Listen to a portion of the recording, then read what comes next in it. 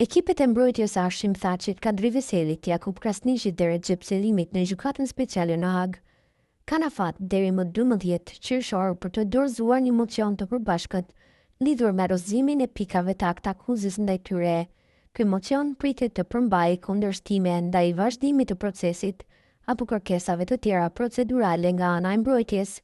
Sipas një njoftimi nga dhomat e specializuara, trupi gjykues ka caktuar që prokuroria të dorëzojë përgjigjen e saj deri më 14 korrik, por më pas ka vendosur të shkurtojë afatin kohor, duke caktuar datën 7 korrik si afatin përfundimtar të dorëzimit.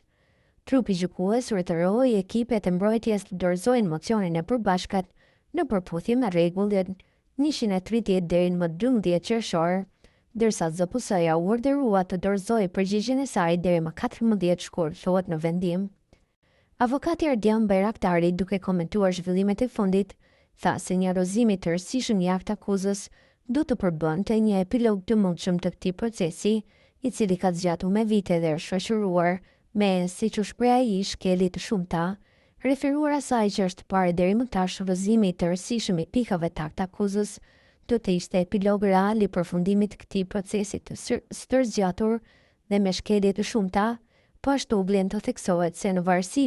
prej epilogut të vendimit të trupit gjykues të korrikut, që do të jetë një rrethan